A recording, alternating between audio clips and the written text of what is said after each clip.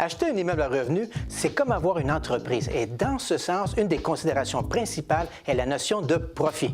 Ainsi, on ne choisira pas une propriété sous le coup de l'émotion ou simplement basée sur un nombre de fois les revenus. On se doit d'être sérieux dans notre approche et utiliser plusieurs ratios financiers. En plus, investir en immobilier demande une recherche qui est parfois difficile et laborieuse. Que diriez-vous de pouvoir obtenir toute l'information sur des milliers de propriétés en quelques minutes? J'ai développé un programme qui recense tous les propriétaires revenus de 4 logements et plus à travers le Québec. Chaque propriété est analysée, les revenus et les dépenses sont corrigés s'il y a lieu et pour chacune d'elles, vous obtenez les ratios financiers.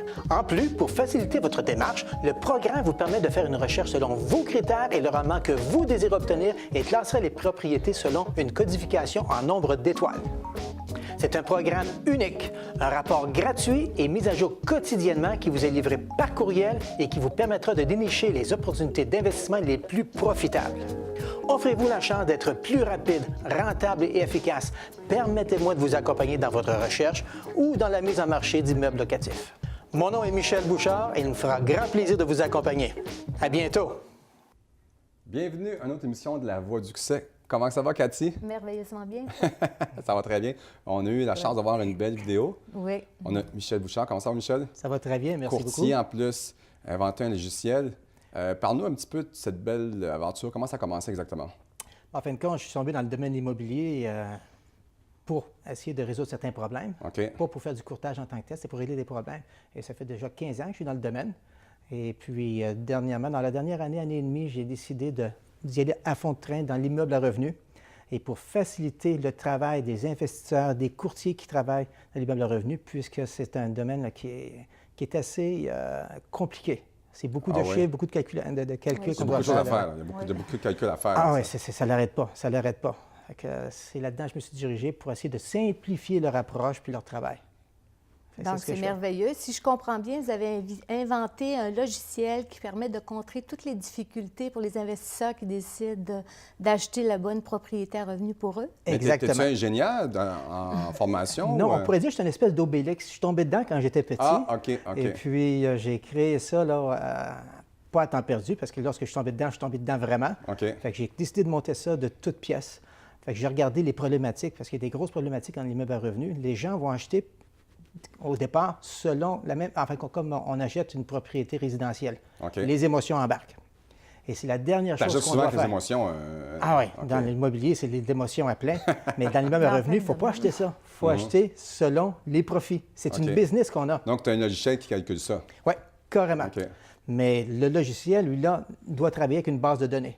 OK. Donc, explique-nous ça vite, comment ça fonctionne. Bien, ce que j'ai commencé à faire, c'est que j'ai été chercher toutes les propriétés qui sont sur le marché. OK. À travers la province. Fait que dans mon logiciel, tout ce qui apparaît sur Centris est dans la base de données, mais pour que chacune des propriétés rentre dans la base de données, elle a dû être nettoyée. Donc, on regarde chacune des propriétés, on corrige les dépenses, on corrige les revenus, on corrige tout ce qui est à corriger, et par la suite, elle rentre dans la base de données. On a fait la même chose également pour toutes les propriétés vendues depuis janvier 2016. Fait qu'elles sont toutes présentes. Okay. Donc, à partir de là, on parle de programmation, on parle de calcul de ratios, fait qu'il y a beaucoup de ratios qui sont impliqués, puisqu'on travaille, quand on achète une propriété à revenu, on travaille avec des ratios. Fait que chacune des propriétés, on va avoir maintenant ces calculs de ratios. Et par rapport à la profitabilité de l'immeuble? La profitabilité. Okay. Profitabilité par rapport à son taux d'endettement, par rapport à son flux monétaire, par rapport à son taux d'occupation minimum, par rapport à un paquet de facteurs, de paramètres. Donc, tête d'investisseur. Ah oui, puisqu'un investisseur, lui, ce qu'il va devoir faire, en bout de ligne, c'est de le faire à mi-temps. Okay. C'est d'ailleurs ce qu'ils font.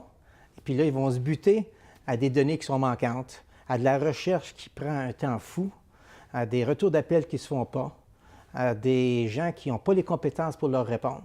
Donc, plutôt que de faire ceci, moi, j'ai fait les démarches au complet pour eux. OK. Et maintenant, tout ce qu'ils ont à faire, c'est d'accéder au programme. Du temps. Ah, complètement. On parle en dedans d'une minute, ils ont déniché la propriété.